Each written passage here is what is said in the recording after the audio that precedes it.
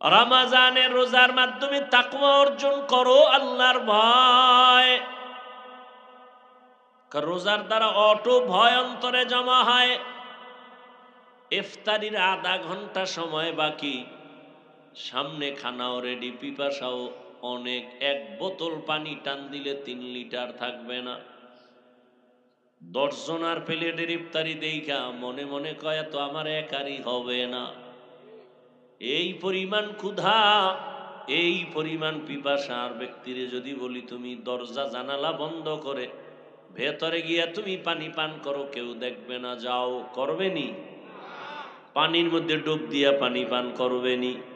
কেন? হ্যাঁ, রোজার মাধ্যমে অটো অন্তরে ভয় চলে আসে। আর যারা রোজা রাখে না, কেমন কপাল পোড়া, কেমন বেপরোয়া। রোজা রাখলে অসুস্থতা বেড়ে যাবে, অথচ রসুলের কথা তো আছেই কোরআন হাদিসের। হে ছাড়াও চিকিৎসা বিজ্ঞানীরা বলে রোজা সুস্থতার মহা এক ঔষধ হলো রোজা। এজন্য রহমতের নবী আমার শুধুই রমজানে রোজা রাখেন নাই, এই যে শাবান চলতেছে এই মাসে নবী অনেক বেশি রোজা রেখেছেন। এমনকি নবী সপ্তাহের সোমবার এবং বৃহস্পতিবার নবী রোজা রেখেছেন।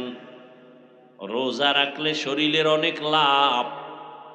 মানুষ সুস্থ থাকতে চায় কিন্তু সুস্থতার ঔষধ নেয় না। রহমতের নবী যদি সপ্তাহে 2 দিন রোজা রাখেন, আপনিও যদি অভ্যাস করেন রোজার, দেখবেন আপনার প্রথমে একটু কষ্ট কষ্ট মনে হবে, কিন্তু পরে দেখবেন অভ্যাস হয়ে গেছে, সুস্থতার দরজা খুলে যাবে। 3 দিন বইয়া যা খাবেন, একদিনের রোজায় ব্যালেন্স চলে আসবে। আর খালি যদি খাইতেই থাকেন তা তো অসুস্থ হয়েই যাবেন। আর এখন যেই ভেজাল খানার মধ্যে, ভেজাল ছাড়া কোনো কিছুই নাই। সব ভেজালের মূলে মানুষ ভেজাল, ওর দিমাগ ভেজাল, ওর মেধা ভেজাল, অন্তর ভেজাল, এই জন্য সব কাজেও ভেজাল। ভাইরা আমার, আল্লাহর ভয় অন্তরে যখন জমা হবে তখন আর অন্তরে কোনো ভেজাল হবে না। ইমামে আজম আবু হানিফা রাহমাতুল্লাহ আলাইহি বিশাল বড় কাপড়ের দোকান দিয়েছেন। একটা কাপড়ের মাঝে খোঁটা আসছে, সেরা আসছে, ছিদ্র। ওটাকে আলাদা রাইখা কর্মচারীকে বললেন, এই কর্মচারী, এই কাপড়টা বিক্রির আগে ক্রেতাকে বলে দিবি এ কাপড়ে খোঁটার দাম কমায় নিয়ে যাও। কাপড়টা আলাদা রাইখা দিছেন। ইমামে আজম আবু হানিফা চলে গেছেন। কিছুদিন পরে আইসা আবার জিজ্ঞাসা করলেন, ওই ত্রুটি যুক্ত কাপড়টা বিক্রি করেছো কিনা? বলে হ্যাঁ হয়ে গেছে। বলছিলা নি ত্রুটি আছে? ক্রেতাকে কয় মনে ছিল না। ইমামে আজম আবু হানিফা বলেন, এলাকায় যাও, বাজারে ঘুরো, ঘুরে ঘুরে এলান করো আবু হানিফার দোকান থেকে কে কাপড় নিছো, ত্রুটি যুক্ত কাপড় নিছো, টাকা ফেরত নাও, না হয় টোটাল কাপড় ফিরাইয়া টাকা পুরাটাই নিয়ে যাও। এটা আল্লাহর ভয় না থাকলে কোনোদিন অন্তরে সম্ভব হবে না। আল্লাহর ভয় অন্তরে না থাকলে এটা সম্ভব হবে না। এরে নবীর আশিক খলিফাতুল মুসলিমিন ওমরে ফারুক রাদিয়াল্লাহু তাআলা আন, যারে দেখলে শয়তান পর্যন্ত ওই রাস্তায় চলে না, ভয়। এত বড় পাওয়ার আলা ওমর, দিনের বেলা মানুষের বিচার করে, রাতের বেলা ঘুরে ঘুরে দেখে মানুষের কি খবর, কি হালাত। এক জায়গায় গিয়ে দেখেন একটা ঘরের মধ্যে বাতি জ্বলতেছে। ওমর গোপনে গিয়া দাঁড়াইয়া শুনে একটা মা মেয়ে কথা বলে, মহিলাদের কণ্ঠ। মা তার মেয়েটাকে ডাক দিয়া কয়, কন্যা সন্তান, কালকে বাজারে দুধ নিয়ে যাবি বিক্রি করতে, পানি বেশি দিস। মেয়েটা ডাক দিয়া কয় মা আর বলবা না, ওমর যদি খবর পায় তরবারি দিয়া কল্লা ফেলে দিবে। মা কয় ওমর দেখবে না, তুমি দুধে পানি মিশাইও। ওমর কই কই? মেয়েটা ডাক দিয়া কয় মা ওমর যদিও দেখবেন না, তবে ওমরের আল্লাহ তো দেখবেন। মেয়েটার এতটুকু কথা শুনে ওমর চলে গেলেন, পরিচয় না দিয়া গোপনেই চলে গেলেন। পরের দিন আদালতে বসে লোক দিয়া ডাকাইলেন, ওই ঘরের মা আর মেয়েকে আমার আদালতে দাওয়াত দাও। মেয়ে আর মেয়েটাকে মাকে আইনা সবাই ভয় পেয়ে গেছে। ওমর বলে কোনো ভয় নাই, সুসংবাদ দেওয়ার জন্য আসছি। আরে আম্মা জান, আপনার মেয়েটা এত দামি কেন হলো? হাজারে এমন একটা কন্যা পাওয়া কঠিন, আপনার কপাল বড় ভালো, এমন একটা কন্যা পেয়েছেন।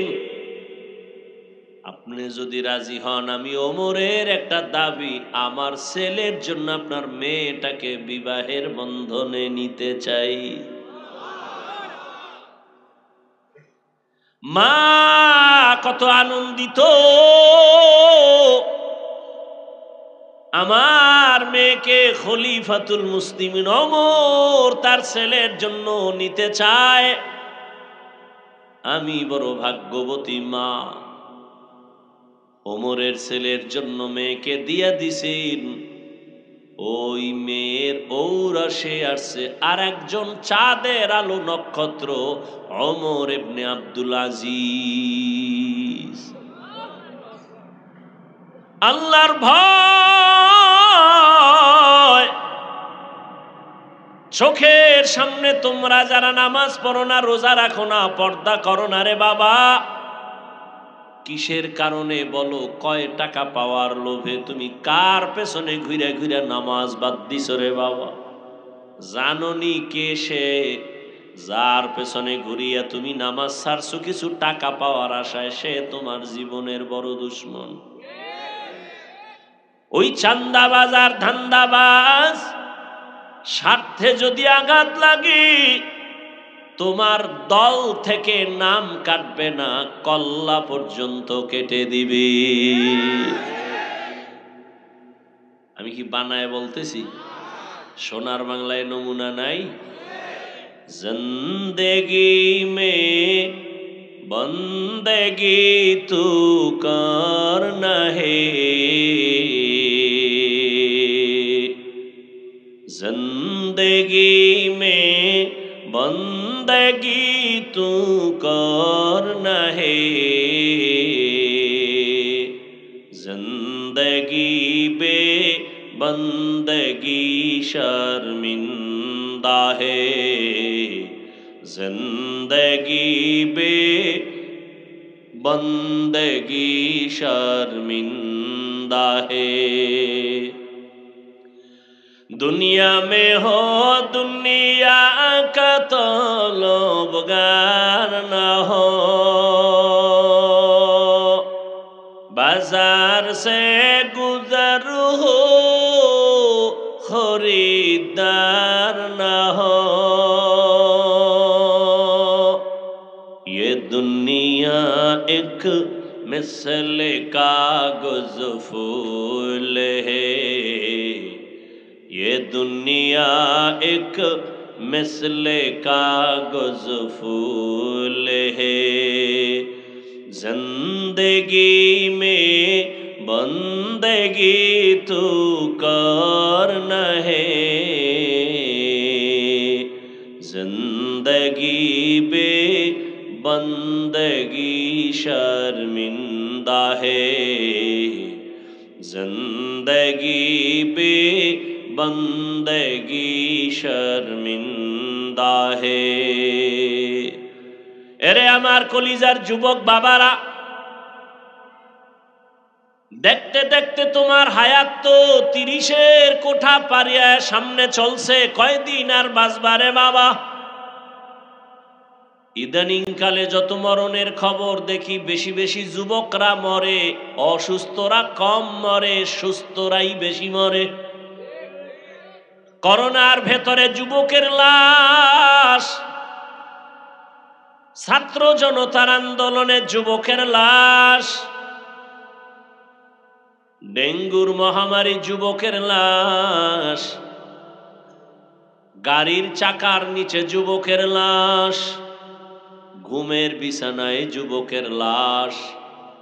কয়দিন আর বাঁচবারে যুবক বাবা, মরিয়া তো যাবা, তবে আদর্শের যুবক হইয়া সম্মান নিয়া মরো। তুমি মরিয়া গেলে মা বাবায় যদি বলে অনেক খুশি, এই কপাল নিয়ে কেন জন্ম নিয়েছ? অভিশপ্ত কপাল কেন তোমার? তুমি স্কুলে পড়ো, তুমি কলেজে পড়ো, তুমি চাকরি করো, তুমি ব্যবসা করো, ধন্যবাদ। তোমাকে আমি বলি নাই টুপি পরো, দাড়ি বড় করো, মাদ্রাসায় পড়ো, তাবলিগে যাও, পীরের কাছে যাও, একবারও বলি নাই রে বাবা। তুমি স্কুলে পড়ো, ধন্যবাদ। ডাক্তার হও, ইঞ্জিনিয়ার হও, প্রফেসর হও, ব্যবসায়ী হও, চাকরিজীবী হও, তবে দাবি একটা, বেয়াদব হইও না রে বাবা। তোমার আচরণে কোনোদিন যেন মা বাবা কষ্ট না পায়। ও যুবক, তোমার আচরণে কোনোদিন যেন শিক্ষকেরা কষ্ট না পায়, তোমার ব্যবহারে কখনো যেন মুরব্বীরা কষ্ট না পায়, উলামায়ে কেরাম কষ্ট না পায়। কেন? মা বাবার কষ্টই তোমার কপাল ধ্বংসের কারণ। যদি কষ্ট পায় বলে আহ, এই আহ নিঃশ্বাসটা একটা আগুন, এই আগুনটা তোর কপালে যদি লেগে যায়, মরার আগে পঙ্গু হয়ে যাবি রে বাবা। শিক্ষকের অন্তরে যদি কষ্ট যায় আর কষ্ট পাইয়া আহ বলে, তোর কপাল ধ্বংস। কোন আলেম যদি তোমার ব্যবহারে কষ্ট পাইয়া নিঃশ্বাস পেলে, তোমার জীবন নষ্ট হবে। অতএব তুমি আদর্শবান ডাক্তার হও, আদর্শবান ইঞ্জিনিয়ার হও, মা বাবার দোয়া নিয়ে সামনে আগাইও রে যুবক। শিক্ষকের দোয়া নিয়ে চলিও, উলামায়ে কেরামের দোয়া নিয়ে চলিও। এবার আমি বাস্তবায়ন করে দেখাই রে বাবারা। বলো, তোমার মতো যুবক জীবনে কোনোদিন মাদ্রাসায় পড়ে নাই, আলিফ বা তাও শিখে নাই, এমন যুবক 5 ওয়াক্ত নামাজ পড়ে, স্কুল কলেজে পড়ে, সত্য কথা বলো, আসেনি? তোমার বিবেকের কাছে আমার প্রশ্ন, বলো তুমি কেন পারো না রে বাবা? তোমার কপালে কার বরদোয়া লাগছে বলো? তোমার মনটাকে একটু প্রশ্ন করো। এরে মন, ও যুবক, তোমার মতো যুবক রাস্তায় গাড়ি চালায়, নামাজি, বলো তুমি কেন পারো না? তোমার মতো যুবক র্যাব, আর্মি, পুলিশ, বিডিআরের চাকরি করে, নামাজ পড়ে, ডাক্তার, প্রফেসর, ইঞ্জিনিয়ার, নামাজি, বলো তুমি কেন পারো না? তোমার মতো যুবক শ্রমিকের কাজ করে, নামাজ ছাড়ে না, নদীর মধ্যে মাছ ধরে, নামাজ ছাড়ে না, ময়দানে কৃষি কাজ করে, নামাজ ছাড়ে না, বলো বাবা তুমি কেন নামাজ পড়ো না? আসলে কারণটা কি? কোরআন মিথ্যা মনে করেছো? যদি বলো হ্যাঁ, তো একটা ভুল কোরআন থেকে আমার সামনে বের করে দেখা, আমি এখন দাড়িটা কেটে ফেলবো, এখন আমি আল্লাহর বিরুদ্ধে চলে যাব, নাচ গান প্যান্ট শার্ট টাই লাগায় নাচ গান করব। বল, আমার আল্লাহর কোরআনের একটা ভুল বের করতে পারবিনি? যদি বলো না পারবো না, তাহলে কেন তুমি নবীর আদর্শে নামাজ পড়ো না রে বাবা? এখনো সময় আছে, তওবা করে নাও, মনে মনে আমার আল্লাহকে ডাকো। ও দয়ার মালিক, জীবনে তো গুনাহ কম করো নাই, মনের চাহিদা পূরণ করিয়া গুনাহ করেছো। মনে চাইছে নামাজ পড়বি না, পড়ো নাই। মনে চাইছে দাড়ি রাখবা না, রাখো নাই। মনে চাইছে পার্কে যাবা, দৌড়ায় গেছো। মনে চাইছে তুমি বেপরদায় আড্ডা দিবা, দৌড়াইয়া গেছো, আড্ডা দিয়েছো। এখনো কি মনের শখ মিটে নাই? এখনো কি তওবা করবা না? আর কত রাতের বেলা মোবাইলে গুনাহ করে করে রাত কাটাইবা, আর কত নামাজ বাদ দিয়া ঘুমাইবা। এখনো যদি আল্লাহর ভয় অন্তরে আসে, ঘুমের মধ্যেও না জানি আজরাইল আসি